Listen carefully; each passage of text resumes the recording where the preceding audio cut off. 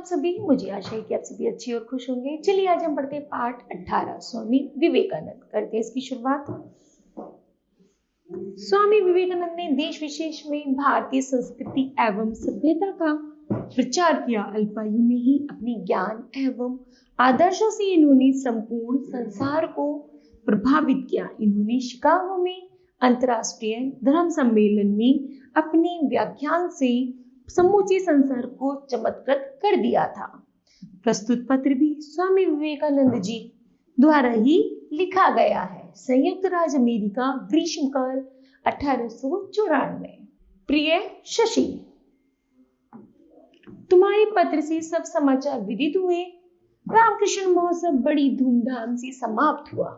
यह अच्छी बात है। एक बात याद रखो, महापुरुष शिक्षा देने के लिए आते हैं, नाम के लिए नहीं, परंतु उनके शिष्य उनके उपदेशों को पानी में बहाकर नाम का विवाद करने में लग जाते हैं।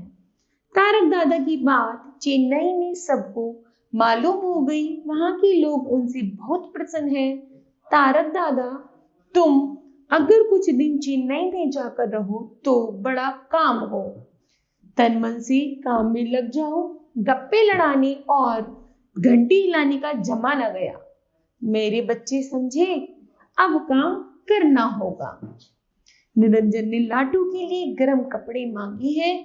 यहाँ वाले गर्म कपड़े यूरोप और भारत से मंगाते हैं। जो कपड़े यहाँ खरीदूंगा वही कलकत्ता में चौथाई कीमत में मिलेंगे। नहीं मालूम कब यूरोप जाऊंगा। मेरा सब कुछ अनिश्चित है। यह बड़ा मजेदार देश है। गर्मी पड़ रही है। आज सुबह बंगाल की बैसाख जैसी गर्मी थी तो अभी इलाहाबाद की मांग जैसा जाड़ा। 4 घंटे में इतना परिवर्तन। यहाँ के होटलों की बात क्या लिखूं। न्यूयॉर्क में एक होटल है जहाँ 5,000 रुपए तक रोजाना एक कमरे का किराया है। खाने का खर्च अलग। यहाँ रुपए पानी की तरह खर्च होते हैं।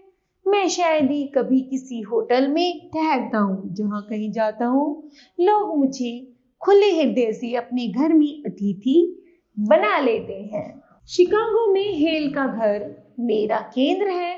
उनकी पत्नी को भी मैं माँ कहता हूँ। उनकी कन्या मुझे दादा कहती है।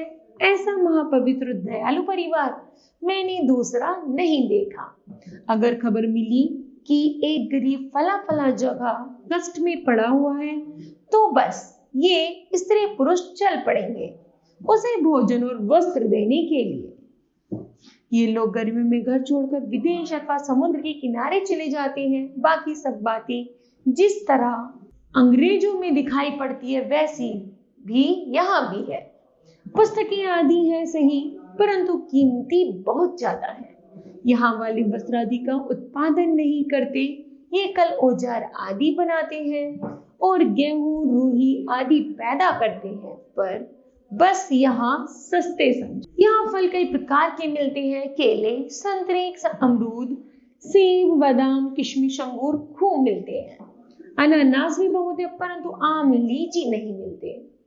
एक तरह का साग है, उसे स्पनिक कहते हैं, जिसे पकाने पर हमारे देश की चौराई के साग की तरह स्वाद आता है। और दूसरे प्रकार का साग जिसे ये लोग एस्पेरेगस कहते हैं, वह हमारी यहाँ के ठीक मुलायम डेंगू मरसा के डंठल की तरह लगता है। उड़द की या दूसरी कोई दाल यहाँ नहीं मिलती। खाने में यहाँ भात, पाव रोटी, मछली और गोश्त की विभिन्न किस्में मिलती हैं। यहाँ दूध मिलेगा, दही कभी कभार मिलेगा, परंतु मट्ठा आओ भगत में अधिक मिलेगा। जाड़ा हो चाहे गर्मी, दिन हो या रात, जुकाम हो चाहे बुखार, यहाँ बर्फ का पानी खूब मिलता है। आइसक्रीम की बात मत पूछो।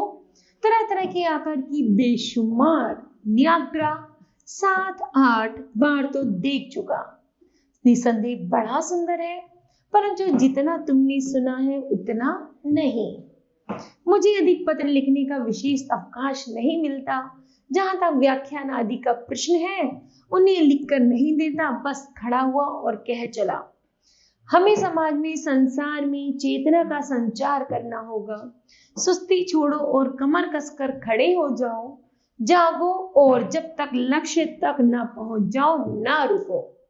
जो अपना ही स्वार्थ देखता है, आराम तलब है, आलसी है, उसके लिए नर्क में भी जगह नहीं है। जिन्हें अपनी आराम की सूझ रही है, जो आलसी हैं, जो अपनी जिद के सामने सिर झुका देना चाहते हैं, वे हमारे कोई नहीं है। आगे बढ़ो। सही ने विवेकानंद। ठीक है, तो बताओ बच्चों, आपने क्या सीखा? तो हमने सीखा कि हमें कभी भी आलस नहीं करना चाहिए, बल्कि हमें नई नई जगह पर जाकर, जैसे विवेकानंद जी घूमे थे, उन्होंने देखा कि हाँ, विदेश में इतना नहीं है जितना हमारे भारत में है ना। तो जैसे उन्होंने विदेशी यात्रा पूरी की तो उन्हें लगा कि इससे सबसे अच्छा तो हमारा भारत ही है। ठीक है, तो मुझे आशा है बच्चों आपको ये पाठ समझ आया होगा। धन्यवाद।